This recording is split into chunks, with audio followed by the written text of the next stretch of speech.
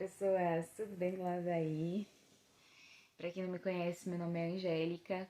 Eu gravo vídeos com meu marido, Elvis, e com meu filhinho, Cris. Sejam muito bem-vindos ao nosso canal. Gente, o vídeo de hoje é uma continuação do vídeo anterior, então se você não assistiu, eu vou deixar linkado aqui em cima. Vai lá assistir primeiro. Eu falei um pouco de como foi, momentos antes da viagem, que nós passamos por um perrengue que foi perder o RG do nosso filho, e como foi de fato e que documento nós precisamos para embarcar com uma criança num voo internacional.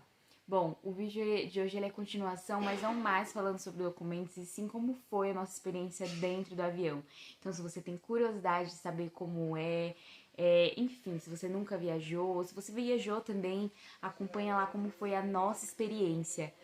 Vou deixar vocês com o vídeo de hoje, espero que vocês gostem do nosso relato. É mais um relato mesmo de como de fato foi e as coisas que aconteceram dentro do avião.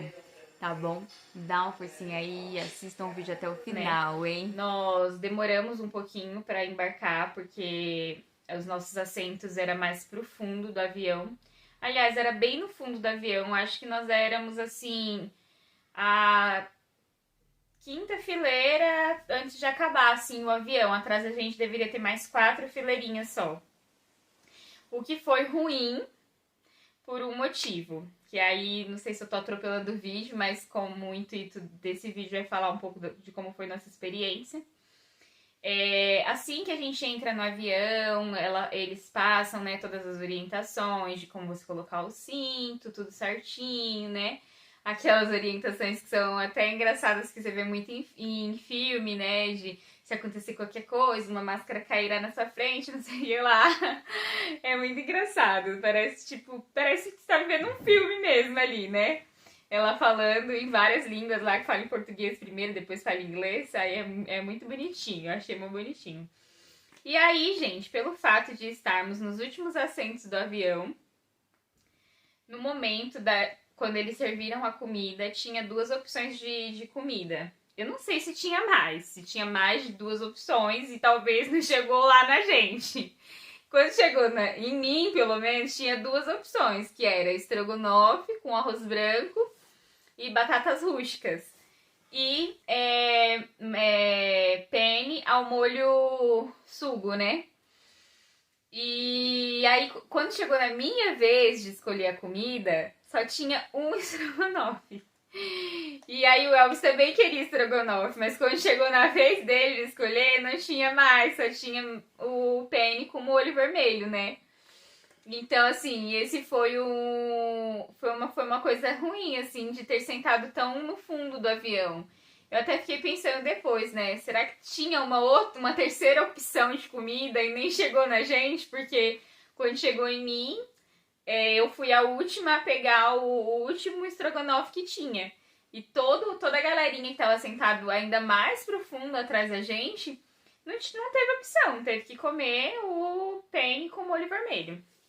Mas assim, a comida é bem pouquinho, assim, comida, mas como vem acompanhado de outras coisinhas que eu gravei um pouquinho pra vocês verem, super fiquei satisfeita, assim, não senti fome em nenhum momento, fiquei preocupada porque eu não sabia se podia levar alguma coisa pra comer no avião e como tava com o Cris. Então eu fiquei com medo de repente sentir fome em algum momento e não ter o que comer, ou da comida não ser suficiente, ou não gostar da comida, enfim. Mas eu acabei não levando nada pra comer, porque eu não queria correr risco de repente, ter que jogar fora, enfim. Porque eles jogam mesmo, gente. Se você entrar com alguma coisa que não pode, durante nosso embarque, as nossas malas... Primeiro a gente despacha as malas. Ah, isso também é uma coisa que eu tenho que contar sobre as malas. Foi muito difícil, né, pra eu fazer minha mala. Eu tive que desapegar de muitas roupas, muitas coisas, muitos sapatos, muitas roupas, muitas coisas mesmo. E mesmo assim, uma das nossas bagagens ultrapassou o peso, que era de até 23 quilos. Uma das nossas bagagens estavam com 25 quilos. E aí também eu pensei que o rapaz ia falar pra abrir a mala e ter que tirar as coisas, enfim. Mas não, como estávamos viajando eu, o Elvis e o Cris, e as nossas passagens dava direito a uma mala de mão de até 10 quilos e uma bagagem despachada de até 23 quilos, ele pediu pra gente colocar 2 malas juntas. Não, ele primeiro pesou as malas individualmente. E aí uma estava com 25 quilos, mas as outras estavam com 18, 19 quilos. Então ele deixou passar, porque é como se o peso que faltava nas outras complementou nessa. Não sei se foi bem essa lógica, mas com a gente pelo menos não tivemos nenhum problema. A mala passou tranquilamente sem a gente precisar pagar bagagem extra, né? Então foi um alívio, assim, porque eu já imaginava que uma das bagagens iria ultrapassar. Mas eu já tinha visto um outro vídeo também de uma mulher falando que por conta das outras bagagens também estarem com um peso menor, ele deixou passar. Então, assim, pelo menos na Azul, porque essa experiência que eu vi de uma mulher falando também foi pela Azul. Então, é bom para quem vai viajar e tá se programando e vai viajar pela Azul. Eles são bem flexíveis e eles realmente fazem dessa forma. Eles pesam todas as bagagens juntas e se uma tiver com um pouco menos e uma um pouco mais, eles acabam deixando passar. Como teria direito, são direito a 3 malas, cada uma de 23 quilos, foi uma compensação. Como uma passou e a outra tinha menos de 23 quilos, foi uma compensação entre os pesos ali. Exato. Então, assim, foi bom. Eu fiquei com medo, porque a gente tinha visto vídeo de pessoas falando que teve que abrir a mala e tirar coisas. E a gente não teve que fazer isso. Porém, no momento também do embarque, quando você passa no raio-x, porque você passa e tira o tênis. Ah, também tem mais essa, né? Eu sou sempre a premiada da turma, a premiada da história. Porque quando você passa, eles pedem pra você tirar o tênis, colocar numa caixinha assim, numa bandeja e passar, né, pelo aquele raio-x lá que vai ver se tem algum metal, alguma coisa, se você tá carregando alguma coisa que não pode, eu acho. Não sei bem o que eles veem ali naquele momento. E a sua bagagem de mão também passa lá pelo raio-x. Quando eu passei, teve um apito lá do além. E aí o cara falou que era como que ele falou? Que era um check-up de segurança que acontecia a cada não sei quantos embarques, que aquilo era normal e que ele ia precisar me revistar e revistar minha mala. Aí acho que ele pediu pra eu tirar o casaco, não lembro.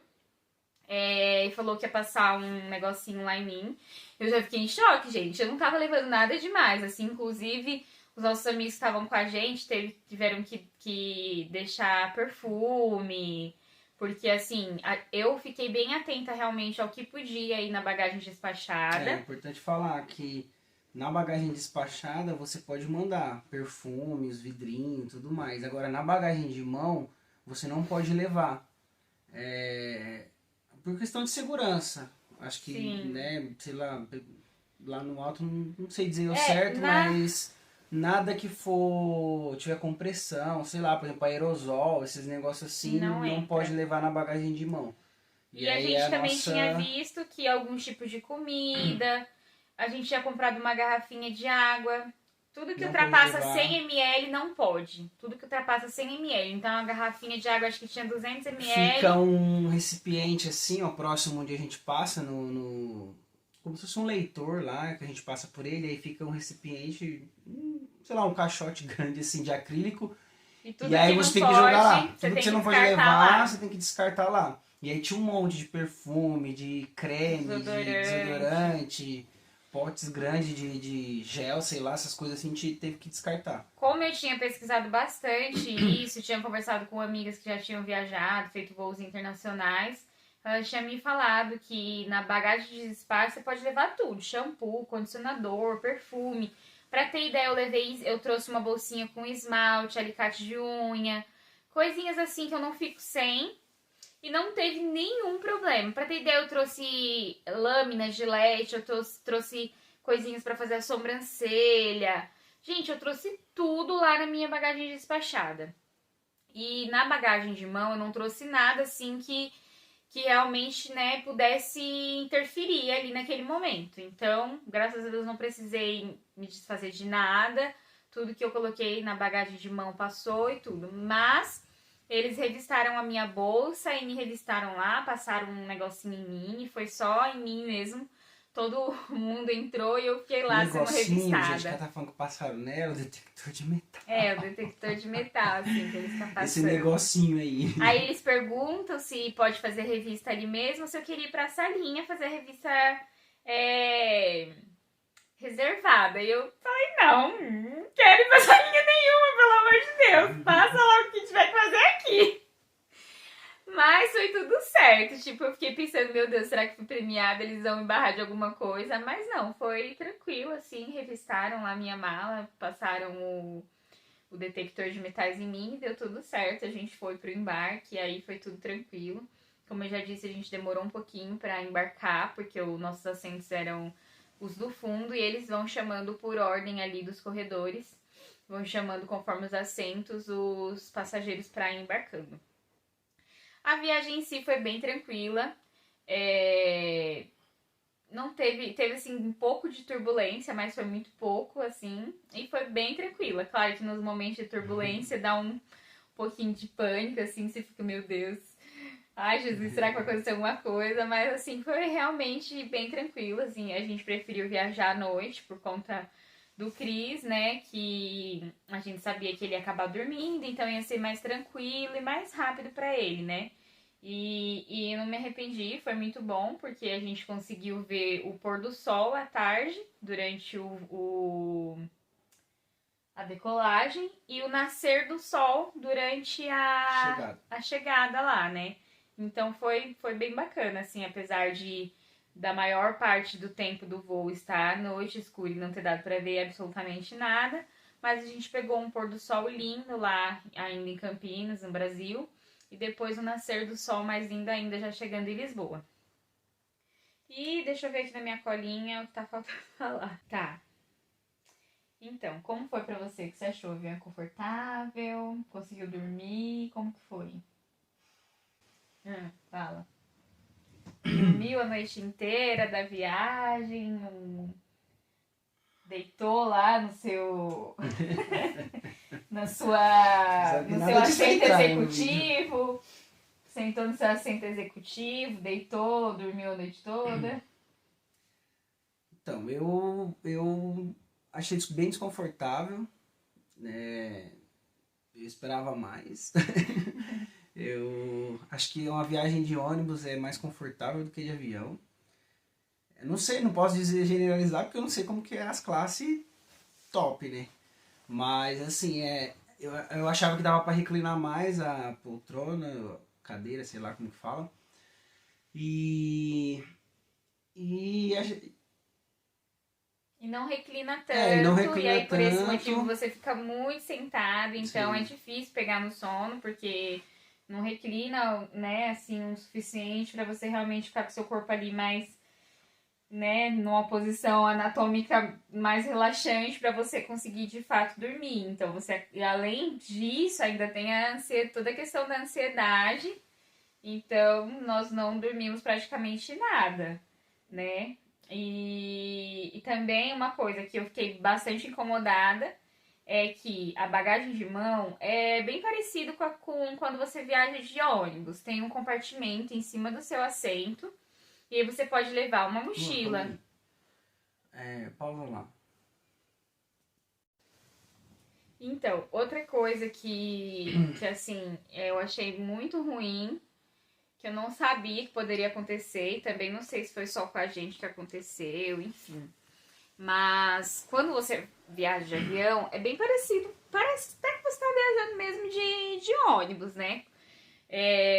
A gente até brincou que a turbulência era o que, amor? É uma lombada. Eram umas lombadas que a gente tava passando. Porque realmente a impressão que dá é que você tá dentro de um ônibus, aqueles ônibus de viagem, né? E ainda assim, como o Elvis disse, o ônibus é muito mais confortável, porque reclina bem mais a poltrona do que as poltronas do avião. E então tem uns compartimentos em cima do seu assento, né? Onde você pode colocar a sua bagagem de mão. E embaixo da poltrona, onde você pode colocar uma mochila ou algo a mais que você levou, sua bolsa, uma mochila ou algo do tipo, né? Bom, quando eu sentei lá no meu assento, em cima da onde eu estava, eu acho que como nós estávamos muito lá no fundo do avião, que era perto da cozinha do avião, em cima do meu assento era como se fosse um armário que tinha, eu não sei se era coisa de cozinha, gente. Pra mim, eu tive a impressão que era um monte de pacote de bala fine. Não sei se eu vi direito. Mas, enfim, o que aconteceu? Não deu pra mim colocar minha bagagem de mão lá.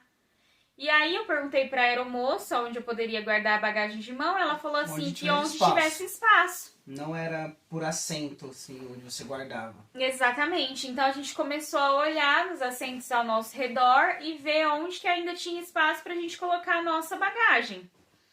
E aí o Elvis, né, acabou colocando a minha bagagem, a nossa bagagem, a minha dele, num local que já tinha bagagem.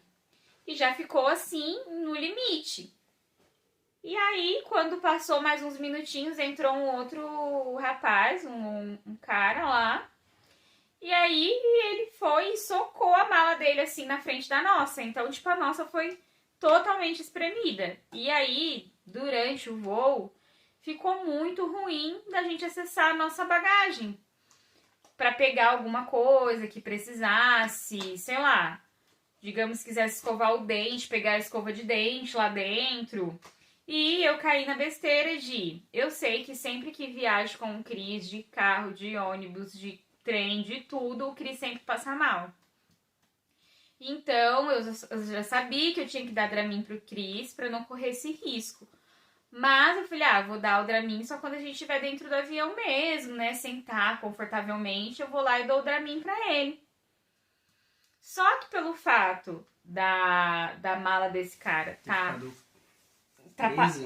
atrapalhou, ele colocou a mala deles totalmente na frente da minha. E não dava pra mexer. Aí eu acabei não pegando o Dramin do Cris e ele tava bem. Em nenhum momento ele reclamou assim, até uma certa altura da viagem, ele não reclamou de nada, então... ele foi bem, eu acho que até até 1h da manhã, mais ou menos, umas 2h da manhã, e tava tudo bem com ele. De repente, minha galera, o Cris começou a falar que queria ir ao banheiro. E aí, quando ele fala que quer ir ao banheiro, que tá com vontade de fazer o 2, nem sempre é o 2. É que ele tá enjoado, com vontade de vomitar mesmo. E aí foi dito e feito. O Elvis foi com ele ao banheiro. Cheguei no banheiro com ele, não deu tempo de abrir o vaso e ele vomitou no banheiro inteiro do avião. Imagina. E aí eu fiquei quase meia hora nesse banheiro, tentando limpar o banheiro. E eu vendo que eles estavam demorando, eu falei, nossa, que estranho, estavam demorando muito. E eu tentando limpar com aqueles papel lá de enxugar a mão no avião. E limpei o máximo que eu pude, tentei deixar legalzinho lá, mas aí quando eu saí, a aeromoça falou que quando acontece isso, fica inutilizável. Eles têm que interditar o banheiro. E aí ela interditou o banheiro. A princípio o Cris ficou bem, porque vomitou, voltamos para as cadeiras, sentamos. E passou um bom tempo, acho que quase já chegando, né, mano? Ele passou mal novamente. Uhum. Aí dessa vez, graças a Deus, dessa vez eu fui com ele, aí deu tempo de chegar no banheiro e de levantar a tampa da privada. Aí eu falei pra ele, mira bem aí pra não interditar o outro banheiro, porque senão ia ficar... acho que são 4 banheiros ali pelo menos ali naquela parte, porque o avião ele é dividido em 3 setores, assim, sabe? Eu acho que na frente fica os executivos, assim, né? As classes mais... Quem pagou mais pra viajar. E lá mais pro fundo fica a classe econômica. Então, naquela parte onde estávamos havia 4 banheiros. E o Cris já tinha interditado um. Se interditasse mais um, ia ficar só 2. E seria, com certeza, ia criar um transtorno ali. E aí, ainda bem que deu pra ele vomitar lá certinho dessa vez, não fez tanta sujeira. Mas... foi isso. Foi isso. E mesmo assim foi bem agradável, assim, a gente gostou da experiência. Ah, uma coisa que é ruim pra caramba é pousar, cara. Nossa, eu fiquei com muita dor de um lado do ouvido, assim, ó. Quando ele começa a pousar, uma sensação muito ruim. Os ouvidos tampam. E no meu caso, a Angélica não sentiu muito, mas no meu caso, meu ouvido, acho que foi o direito. Acho que foi o direito. Doía mais do que o lado esquerdo. Então foi bem ruim. Decolar é legal. Decolar é maneiro. Agora, pousar foi uma experiência um pouco estranha. Eu não senti tanto como ele falou, senti sim, ficou um pouco tampado meu ouvido, mas não senti tanto desconforto, né? Mas realmente a hora do pouso é bem mais, achei bem mais tensa também do que a hora da decolagem. Mas enfim, gente, essa foi a nossa experiência, né? De como foi viajar pela primeira vez, entrar num avião pela primeira vez e num voo internacional, né? Então, para você que gostou do vídeo, deixa aí um joinha, compartilha com seus amigos, com quem vai viajar também pela primeira vez. E se inscreve se você ainda não é inscrito. Beijos e até a próxima. Acho que era assim que era pra fazer, né?